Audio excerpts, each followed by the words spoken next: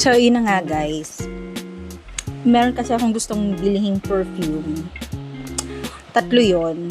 Pero syempre, pa-prioritize ko lang kung ano yung pinakagusto ko ba talaga. Syempre, ang mahal nila dahil kapag ako kasi yung namili, gusto ko yung EDP na. Kasi para matagal na gamitan. Kasi matagal din siyang mawala yung amoy. So, ito lahat yung pinagpilian kong pabango. Ito gusto ko talaga to. Yung X-Straight perfume. Kaso nasa 22,000 siya. 75 ml bottle. So, yung sumunod naman, yung Creed, gusto ko talaga to.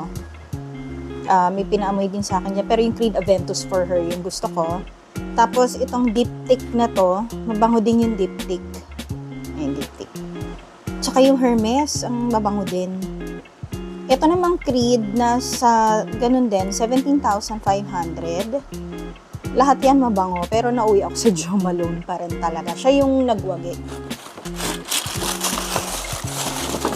So, unboxing natin siya.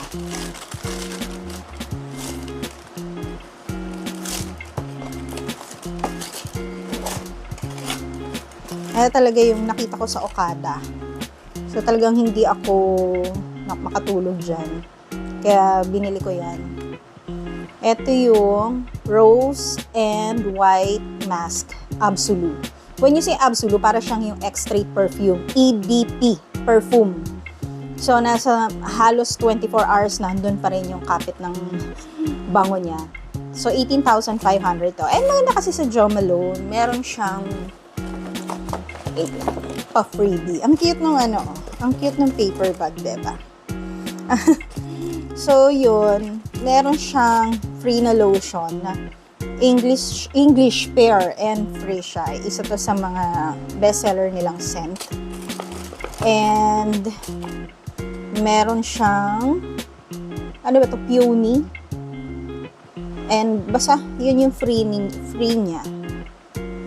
Wait lang. Peony and blush something.